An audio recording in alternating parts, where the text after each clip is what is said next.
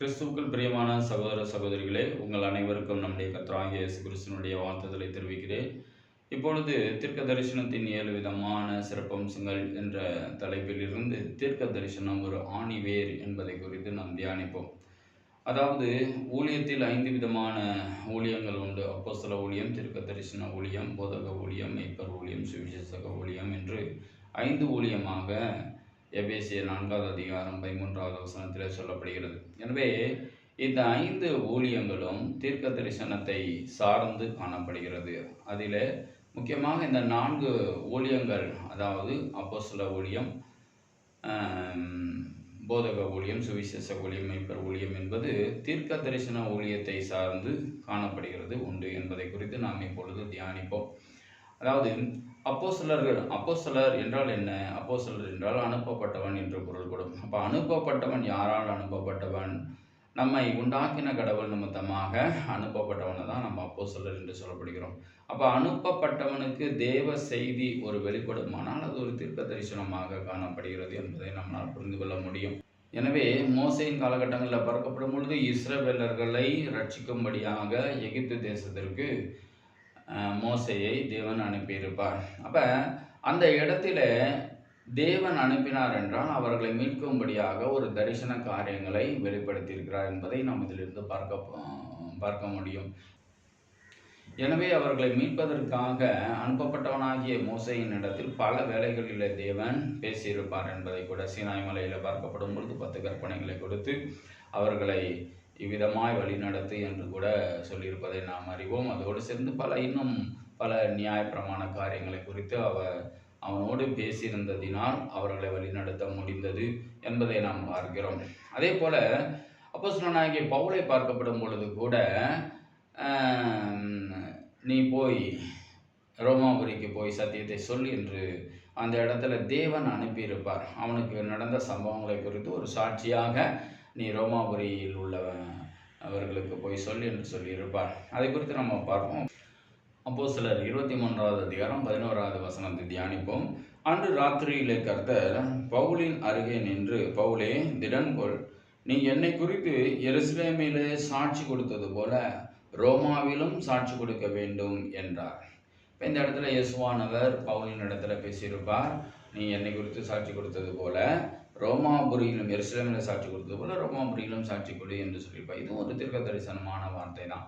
எனவே அப்போஸ்தலனாகிய பவுலுக்கு இயேசுவானவர் தரிசனமாக வெளிப்பட்ட அதன் பொருட்டு அப்போ அப்போஸ்தலர்களுக்கும் தீர்க்க தரிசனங்கள் அவசியமாக இருக்கிறது என்பதை இதிலிருந்து நாம் தெரிந்து கொள்ள முடியும். அதே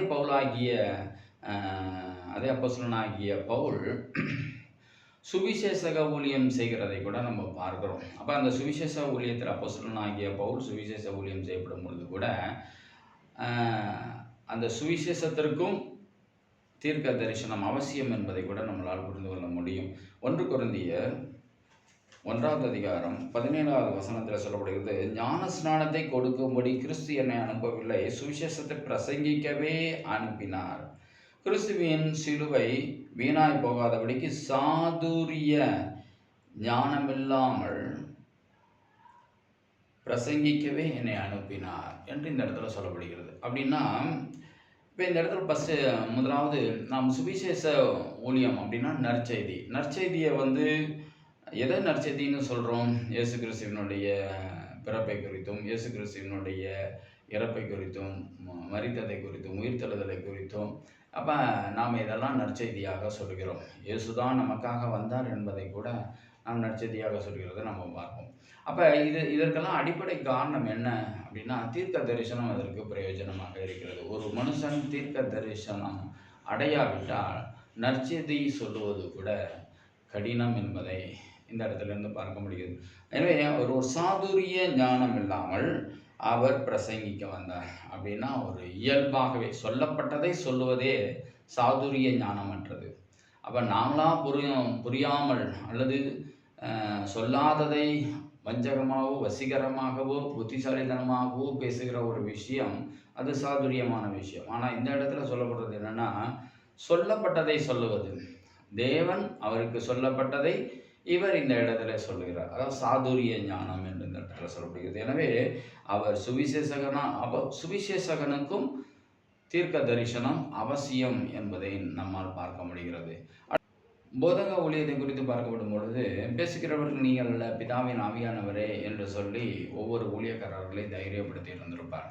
அப்ப பிதாவின் ஆவியானவர் நம் மத்தியில் பேசுவார் என்றால் அவர்களுடைய மனதை புரிந்து அவர்களுடைய நிலைகளை புரிந்து ஒரு போதிப்பது அவசியம். அந்த போதனைக்கு தீர்க்க தரிசனமும் துணையாக இருக்கிறது. மத்தேயு 10வது அதிகாரம் 18வது வசனத்தை பார்க்கப்படும் பொழுது, அவர்களுக்கும் புறஜாதிகளுக்கும் சாட்சியாக எண்ணி நிமித்தம் அதிபதிகளுக்கு முன்பாகவும் ராஜாக்களுக்கு முன்பாகவும் கொண்டு போகப்படுவீர்கள். அவர்கள் உங்களை ஒப்புக் கொடுக்கும் போது எப்படி பேசுவோம் என்றும் என்னத்தை பேசுவோம் என்றும் கவலைப்படாதிருங்கள். நீங்கள் பேச வேண்டுவது அந்நேரத்திலே உங்களுக்கு அருளப்படும்.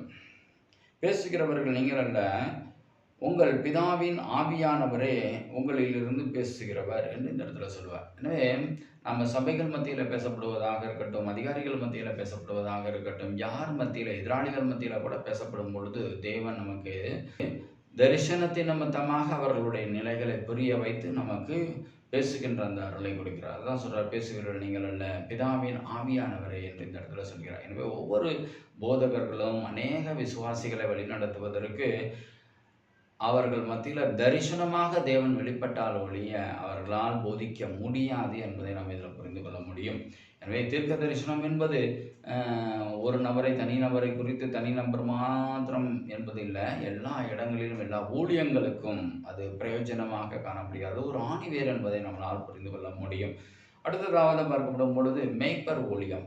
மேய்ப்பர் ஊழியத்தை குறித்து நானே நல்ல மேய்ப்பன் என்று யோவான் 10வது அதிகாரம் 11வது வசனத்தில் இயேசுவானவர் சொல்வதை நம்ம கேட்குறோம்.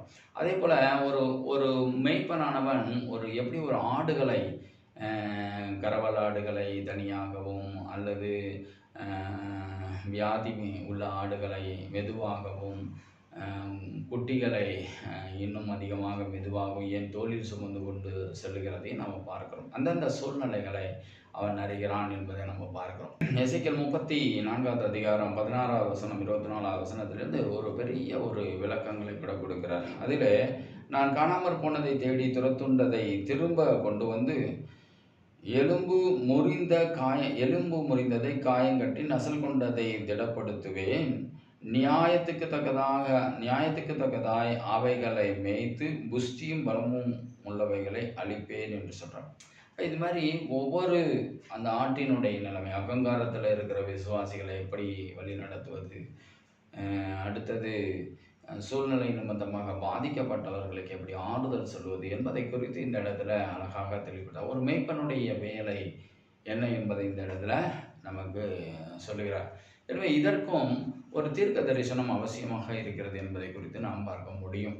எனவே ஒவ்வொரு ஊழியத்திற்கும் தீர்க்க தரிசனம் அவசியம். அப்போஸ்தல ஊழியமாக இருக்கட்டும், போதக ஊழியமாக இருக்கட்டும், சுவிசேஷ ஊழியமாக இருக்கட்டும், மெய்ப்ப ஊழியமாக இருக்கட்டும், மற்ற இன்றைய நாட்களில் பாடல் பாடுவதாக இருக்கட்டும், வேதத்தை தெரிந்து கொண்டு புத்தக வடிவில் எழுதுவதாக இருக்கட்டும், எல்லாவற்றிற்கும் எல்லா ஊழியங்களுக்கும் தீர்க்க தரிசனம் ஒரு ஆணிவேராக அடிப்படையாக செயல்படுவதை நாம் பார்க்கிறோம்.